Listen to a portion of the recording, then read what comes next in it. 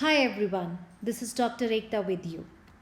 This video of mine is for grade 10 students, and in this video I'll be discussing about decomposition reactions, which is indeed the continuation of my previous videos. So let's get started. What are decomposition reactions? The reactions in which a substance is broken down into two or more simpler substances. Don't you feel that this reaction is just the opposite of combination reaction, which we discussed in the previous video? Yes. Of course, yes. Why? Because in combination reactions, it was one substance being formed, and here one substance being broken down into two or more simpler substances. Therefore, we can easily understand that decomposition reaction is just the opposite of combination reaction. If I say this is opposite to combination reaction, and if you remember, I told you very clearly combination reactions are exothermic in nature. That means the heat is being evolved. Now, just keeping that concept in mind, we can easily understand that decomposition reactions are endothermic in nature, in which heat will be absorbed. That means no doubt that these decomposition reactions need some energy. So this energy can be in different forms.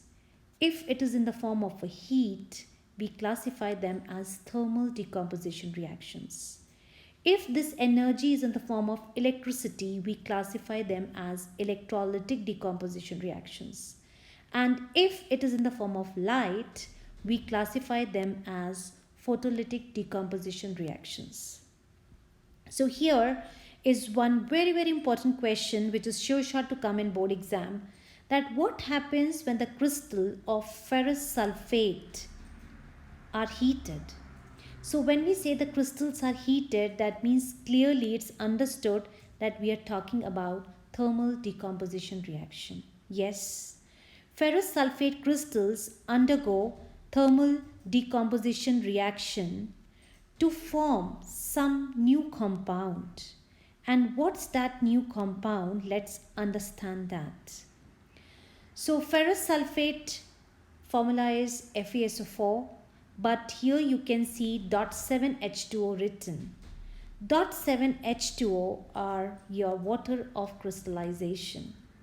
What is the role of water of crystallization is that they impart color to your sample.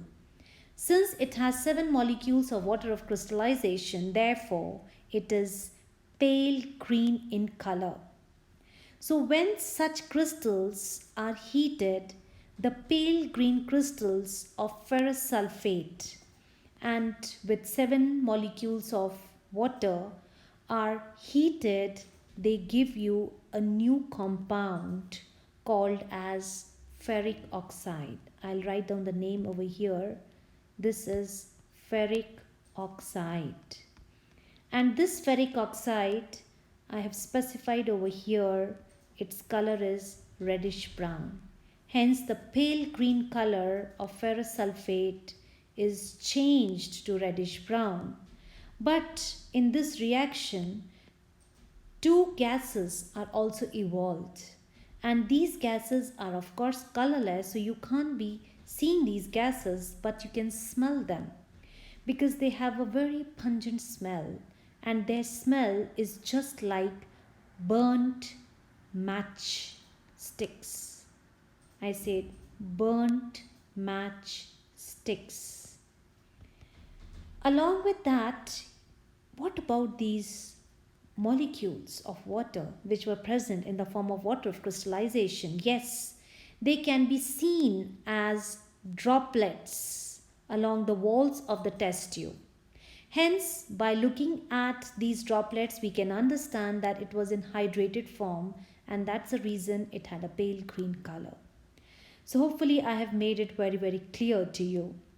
But if this question is asked in exam, you have to write it like this, the balanced equation, along with the observations. So in next slide of mine, I have discussed few observations. Let's start with this one. Okay. So let me take up the pencil for you. Okay. So here we are done. Now, what is the observation? As I told you, ferric oxide, a reddish brown substance, is obtained here. Second, molecules of water, I told you, can be seen as a droplets of water. And as well, I discussed that colorless and pungent smelling gases, just like burnt matchsticks, are evolved, which are sulfur dioxide and sulfur trioxide. So here you need to first write the equations which I have discussed in the previous slide, and then these point by point observations. So this question is very, very important. So let's go ahead. In the question number 2, I have discussed what happens when limestone is heated. So what's limestone? Limestone is your calcium carbonate.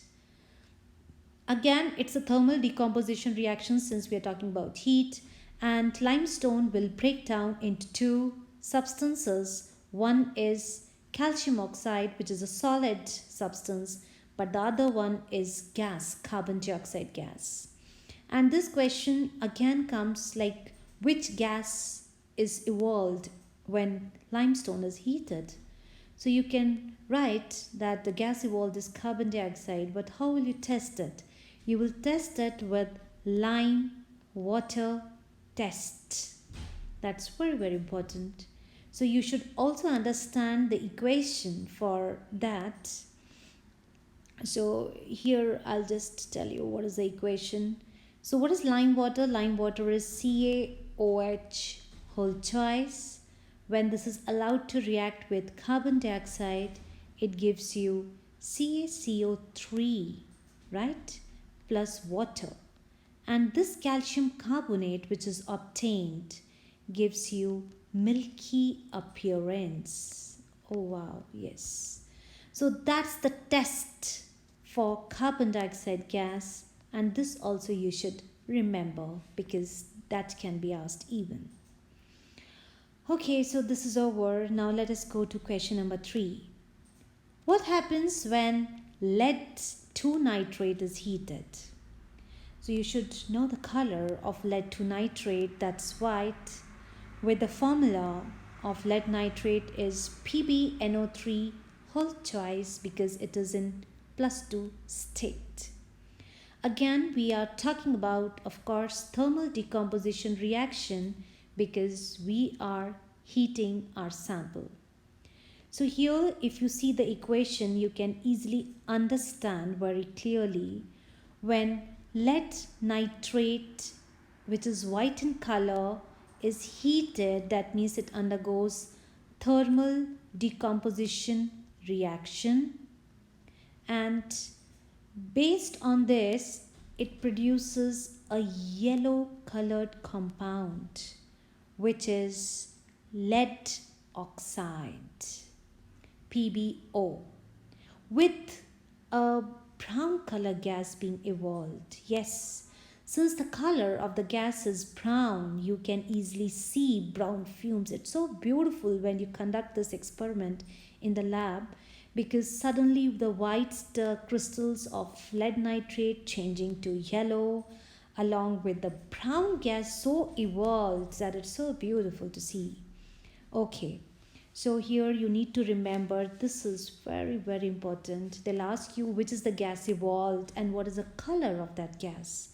So you can easily specify that the gas evolved is nitrogen dioxide and its color is brown along with oxygen as well, right? So this is basically your decomposition reaction. I have discussed 3 questions over here. The first one was ferrous sulphate. Just let me erase this for you. The first one was about your ferrous sulphate, in which we discussed that the ferrous sulphate crystals were changed to ferric oxide.